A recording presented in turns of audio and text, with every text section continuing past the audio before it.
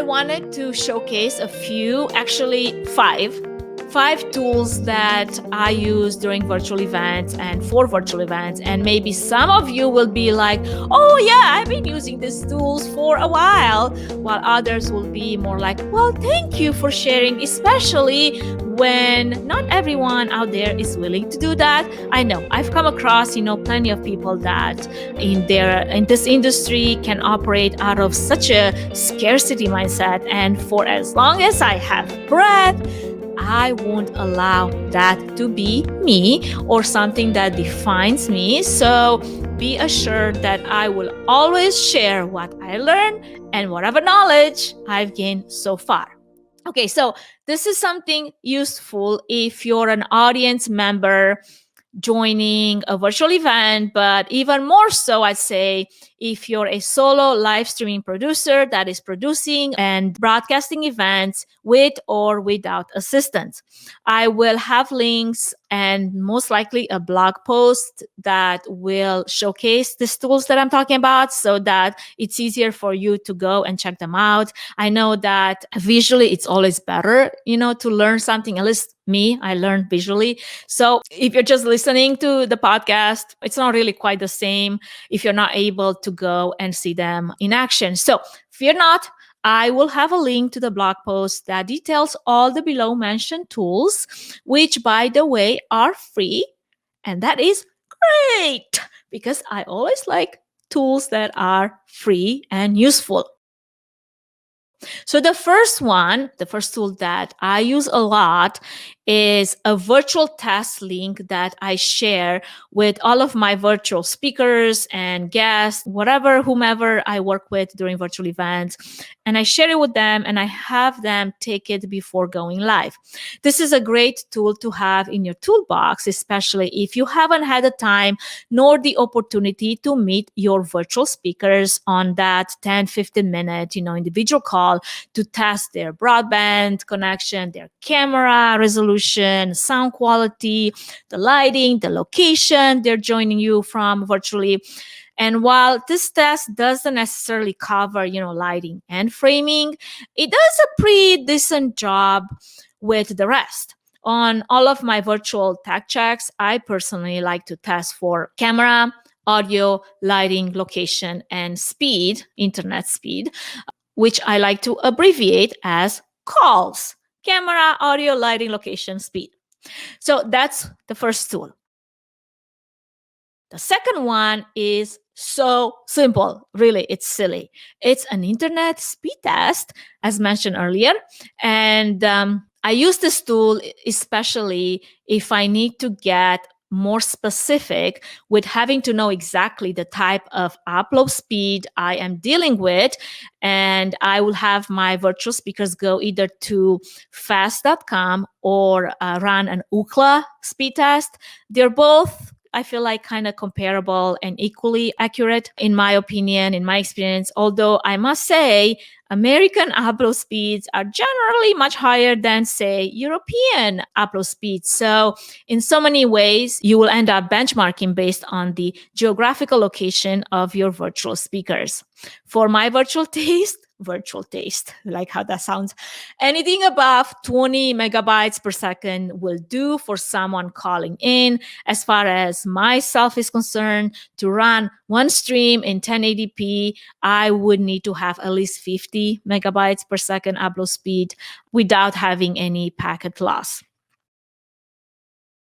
And now that we got to packet loss, if you recall, if you listened to, I think it was a September podcast episode that I recorded in some deep woods in Idaho, where, side note, I got attacked by chipmunks while recording. True story.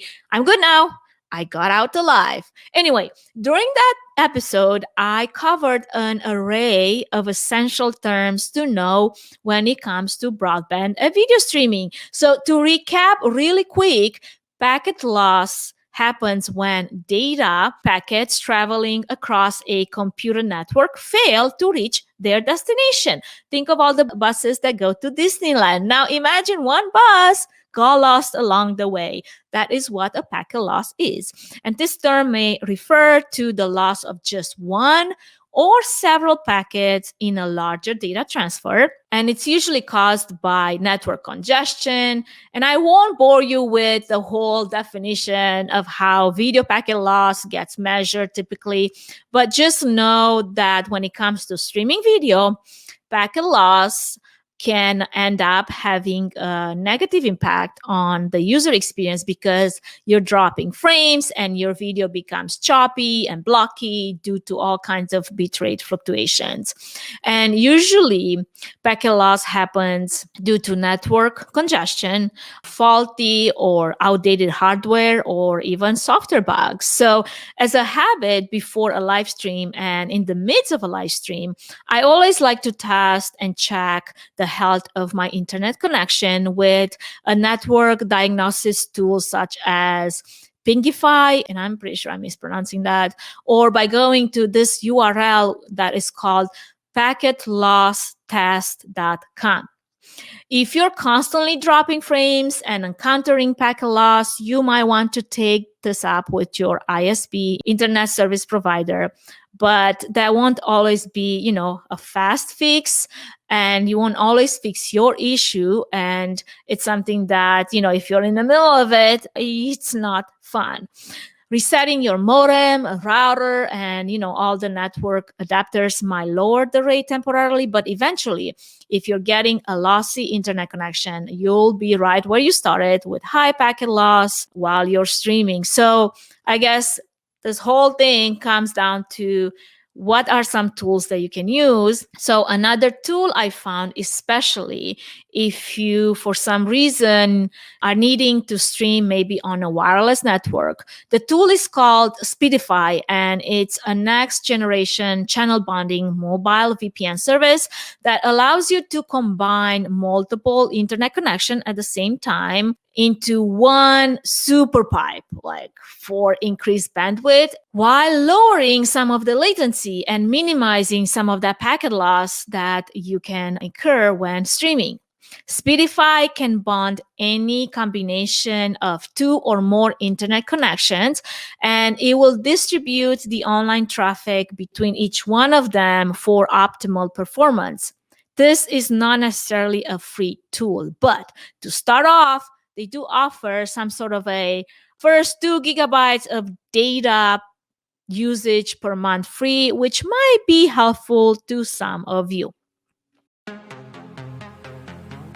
Before we move any further, I wanted to give a quick shout out to our main sponsor, Trifan Events, which is a boutique event planning and production agency that will come alongside you, offering personalized event planning and technical support, strategic event design, production and technology management, and flawless execution for live, virtual, and hybrid events. The team at Trifan Events is passionate about planning and producing event experiences that get people involved with true moments of interaction, engagement, and co-creation, while offering white glove treatment throughout the entire planning process, enabling you to reach your event goals with the use of creativity, production tools, and event technology. To find out how Trifan Events can plan and produce your event become memorable, go to trifanevents.com.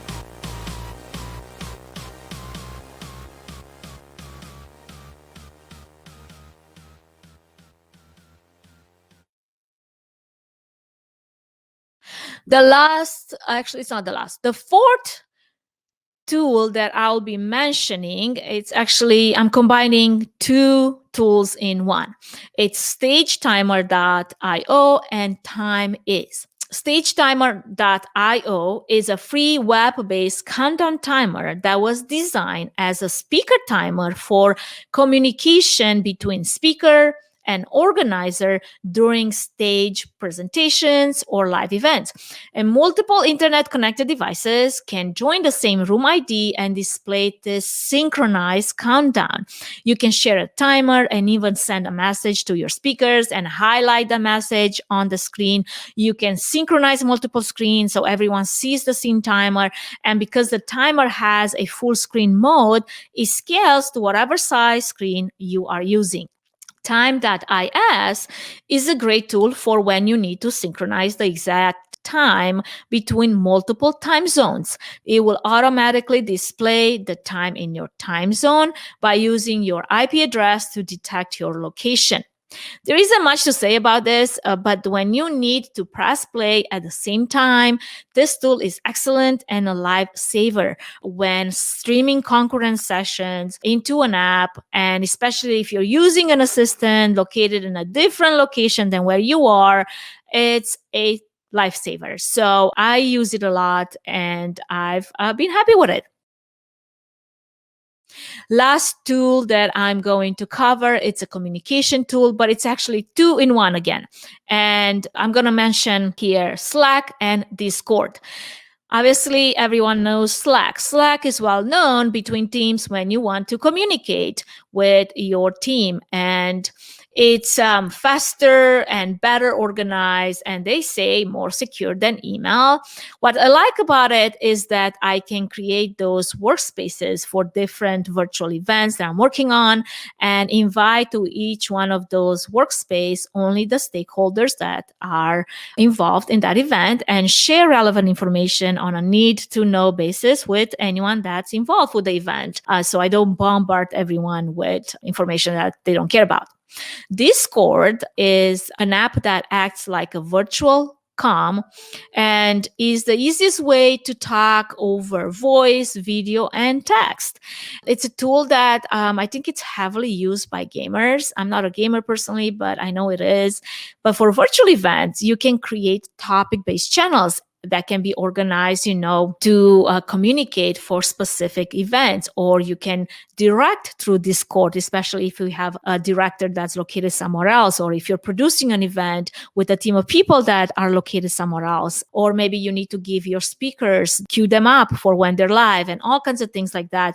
There's different channels and mentions. It makes it so easy to keep information straightforward. It also makes it easy to communicate without any latency. It's like near zero latency.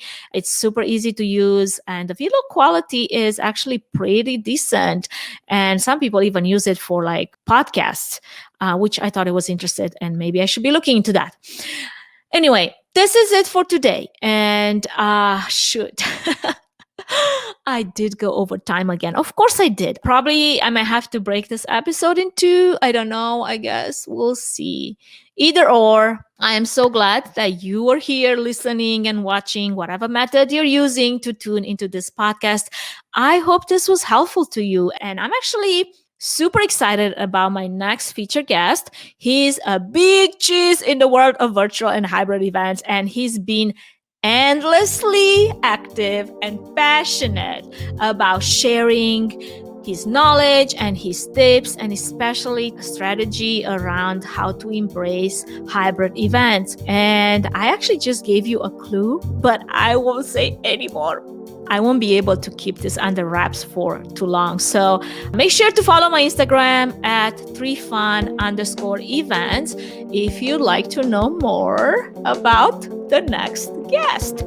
The episode will air on April 25th, and you don't want to miss it.